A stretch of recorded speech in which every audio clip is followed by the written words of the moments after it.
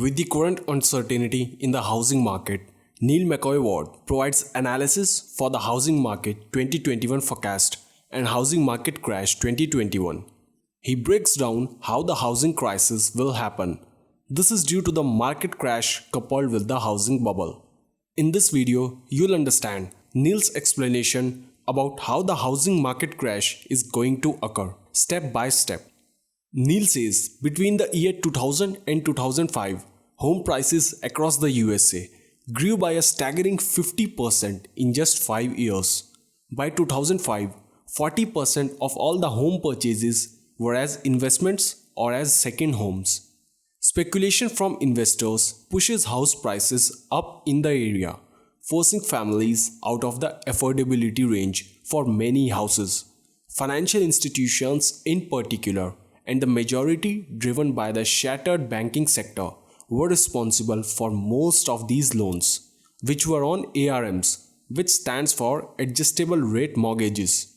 The idea or the dream that was sold to people was that in 2 years you could refinance your house and get a fantastic new introductory rate mortgage and therefore release even more equity from your house. The con was that you could just keep doing this and using houses that really are homes as your cash cow to live the millionaire lifestyle. This was, of course, a big lie. And this is where stage 2 began. The brokers got rich by selling these mortgage products to just about anyone.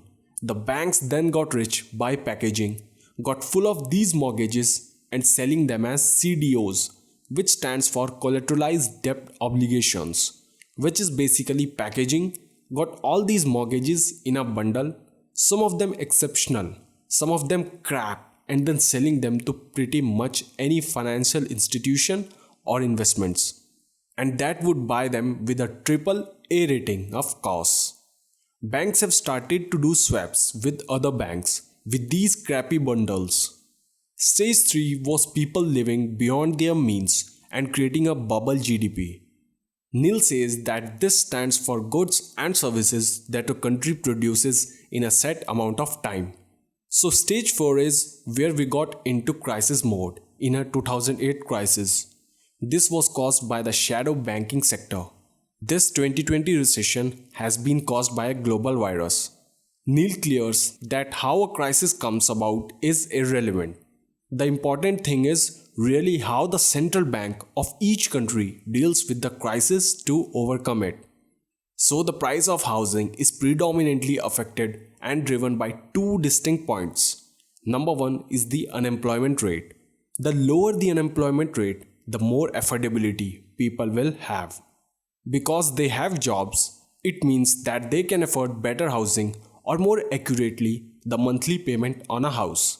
The second point is interest rates. When you have a high interest rates, fewer people can afford to buy a house. But when you have low interest rates, that means more people can get into the housing market and they can get more house for their monthly payment.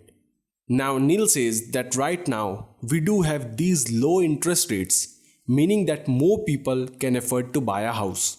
The lower the interest rate means that pretty much anybody can get into the housing market, assuming that the down payment is not too high and the credit score requirement is also not too high. Now Neil asks to combine this with lower unemployment, meaning people have a job and they can afford the monthly payment. So these are warning bells for us. We don't know what are too many houses on the market, just like the forecast, and the price comes right down. But when we don't have enough houses on the market, like the Lamborghini, the prices go up. Take a wild guess at where we are in this principle right now. We don't have enough houses on the market. We have very low inventory, meaning that the prices are being pushed up. Now stage 5 then takes us into the realm of high unemployment, signaling the start of the recessionary cycle. And because people have less money, thus then less demand for products and services in the marketplace.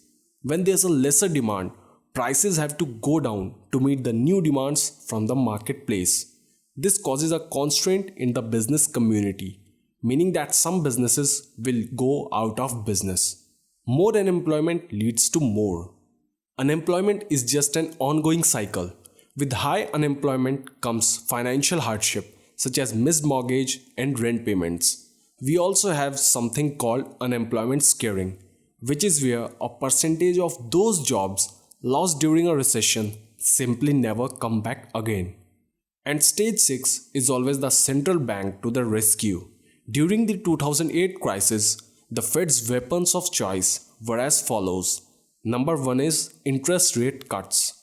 What this does is stimulates the economy. It allows business owners and people in general to borrow money very cheaply and therefore stimulate the economy. Number 2 was targeted assistance to failing or the struggling financial institutions. Number 3 is quantitative easing, a term that Fed hates us to use. They call it large-scale asset purchases, which means buying a lot of long-term debt issued by the federal government. Now that's not a bad role for a central bank to have, to create currency out of thin air and then to loan it to the government with interest, so they have to pay it back on the money that didn't even existed in the first place. According to Neil, right now central banks only have 2 out of these 3 options available to deal with this financial crisis, and unfortunately their most powerful weapon is out of ammunition, and that is interest rate cuts in order to stimulate the economy. Bringing us to the final stage, stage 7, which is where the crash should be happening right now as I'm speaking with you. However, the reason it hasn't is because central banks have created a new bonus round. The bonus round is called mortgage forbearance, also known as mortgage break in other countries.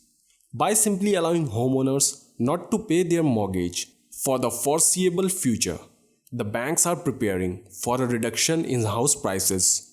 9% of all mortgages are in mortgage forbearance. And when this finally runs out, this is where we end this cycle. So guys, do you found this video informative? If so, then please make sure to like this video, and if you want more such videos, then subscribe to our channel. I'll see you in my next video. Till then, have a nice day.